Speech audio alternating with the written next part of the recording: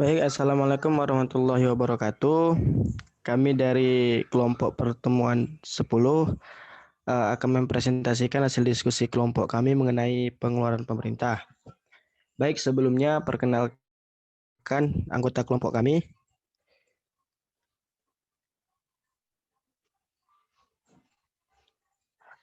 Yang pertama ada Dina Juliani, ada Ilham Rizvika, Nadia Gultom, saya sendiri Reza Maulana, Syarifah Mirda Ayuni, dan Yovina Trianingsih. Baik, di sini saya akan menjelaskan mengenai definisi pengeluaran pemerintah.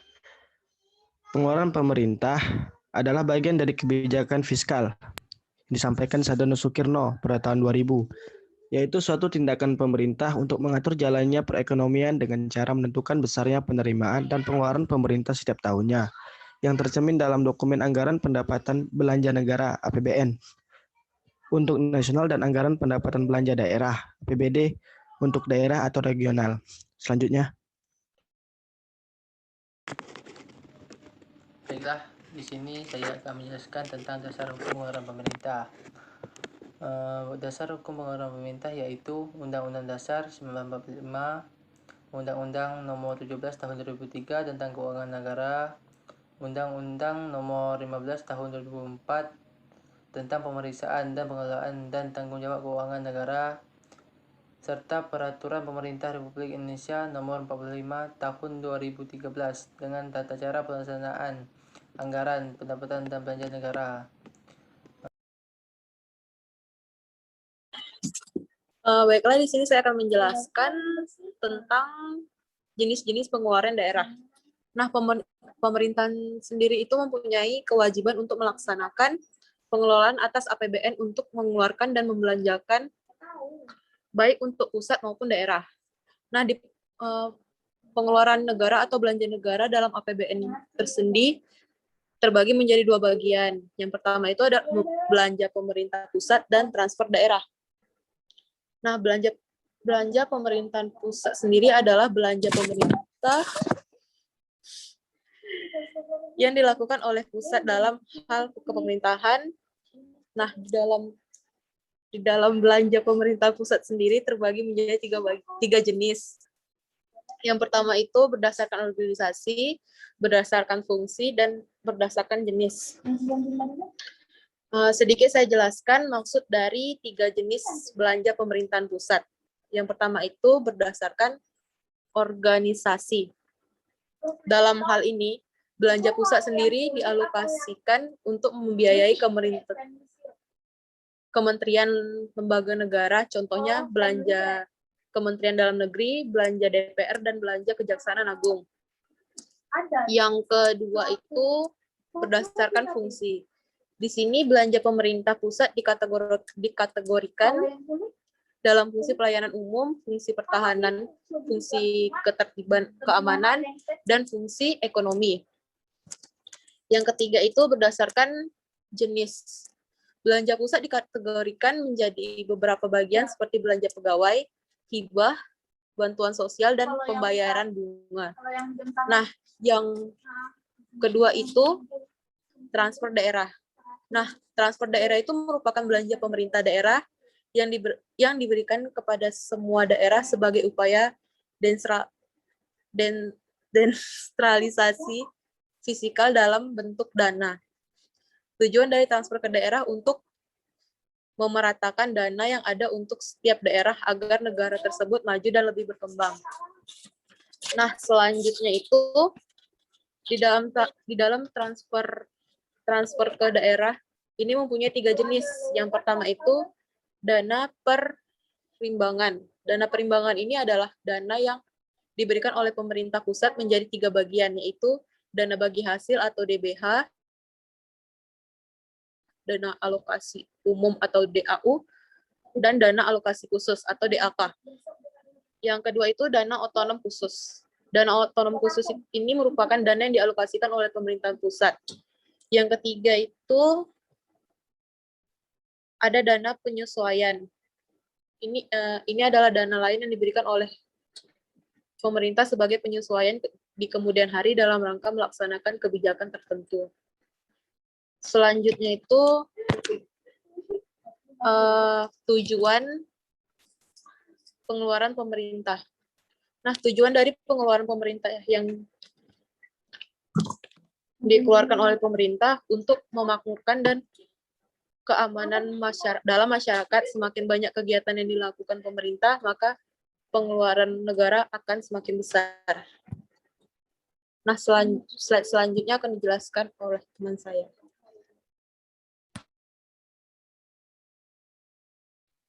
Baiklah, di sini ada faktor-faktor yang menyebabkan peningkatan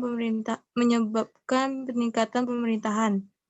Yang pertama ada faktor yang bersifat ekonomi, di mana berhubungan dengan tujuan dalam pencapaian penggunaan tenaga penuh tanpa menimbulkan inflasi sehingga pertumbuhan dan perkembangan perekonomian secara keseluruhan dapat berjalan dengan pesat.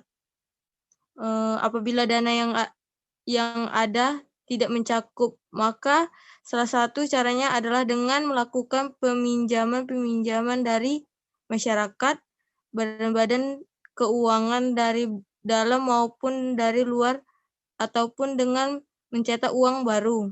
Yang kedua ada faktor yang bersifat sosial dan politik, di mana faktor yang menyedot anggaran pengeluaran pemerintah yang terbesar seperti memperkuat pertahanan dan keamanan, bantuan-bantuan sosial, bantuan-bantuan musibah bencana alam, menjaga kestabilan politik, dan lain-lain. Selanjutnya,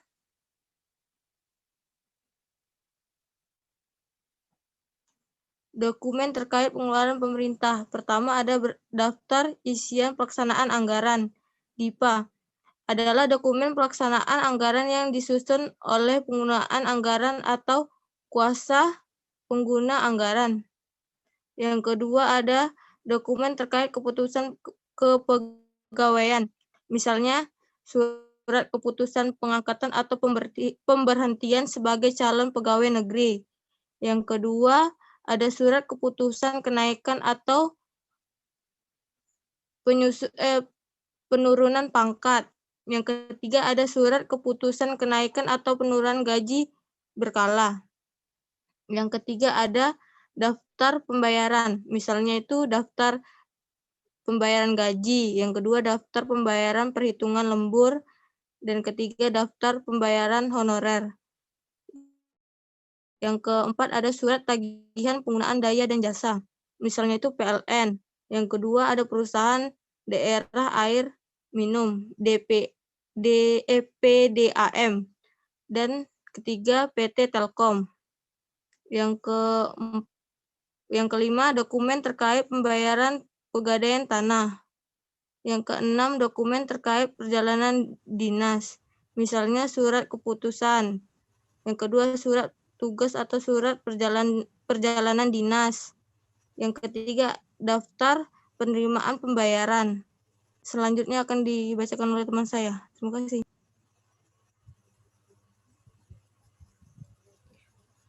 Baik, di sini saya akan melanjutkan pihak-pihak yang terkait dalam pengeluaran pemerintah. Yang pertama ada pegawai-pegawai terkait pembayaran.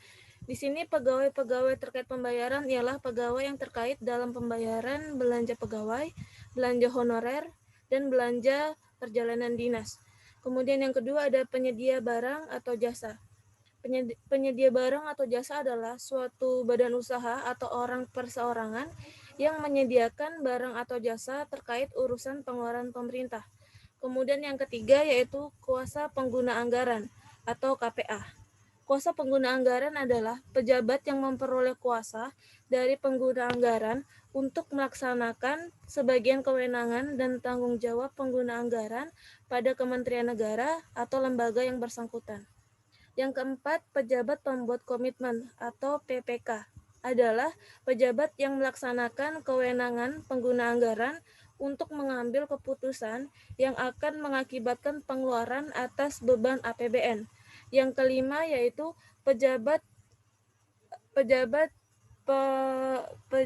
penanda tangan surat perintah membayar atau PPSPM adalah pejabat yang diberi kewenangan oleh pengguna anggaran untuk melakukan pengujian atas permintaan pembayaran dan menerbitkan perintah pembayaran.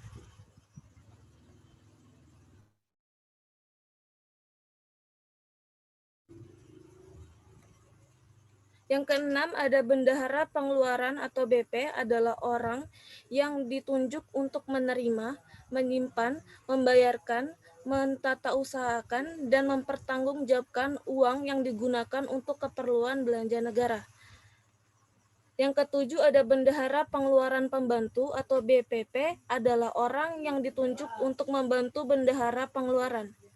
Yang kedelapan, ada petugas pengelolaan administrasi belanja pegawai atau PPABP adalah petugas yang ditugaskan untuk bertanggung jawab mengelola pelaksanaan belanja pegawai. Yang kesembilan, ada kantor pelayanan perbendaharaan atau KPPN.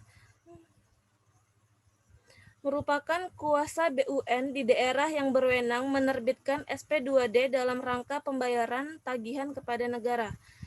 Yang ke-10 ada Bank Operasi atau BO adalah bank umum pemerintah yang ditunjuk sebagai mitra kerja kuasa BUN di daerah yang menyalurkan dana APBN untuk pengeluaran negara. Dan yang terakhir yaitu ada Panitia Penerima Hasil Pekerjaan atau PPHP adalah pejabat penerima hasil pekerjaan yang ditetapkan oleh pengguna anggaran yang bertugas untuk memeriksa dan menerima hasil pekerjaan. Baik, selanjutnya akan dilanjutkan oleh rekan saya.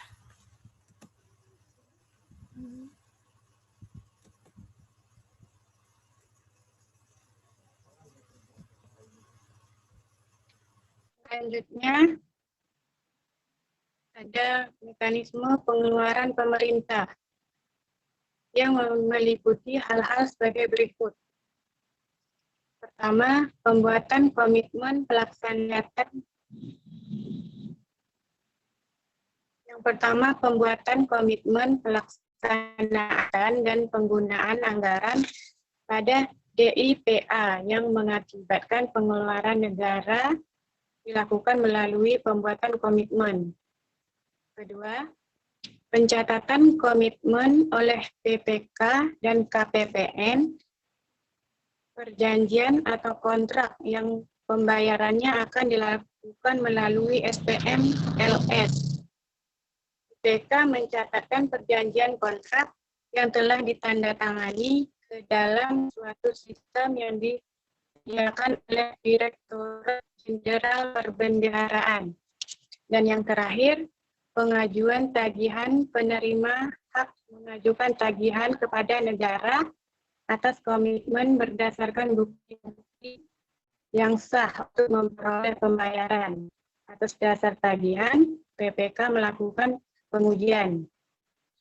Pelaksanaan pembayaran tagihan dilakukan dengan pembayaran LF kepada penyedia barang atau jasa atau bendahara pengeluaran atau pihak lainnya.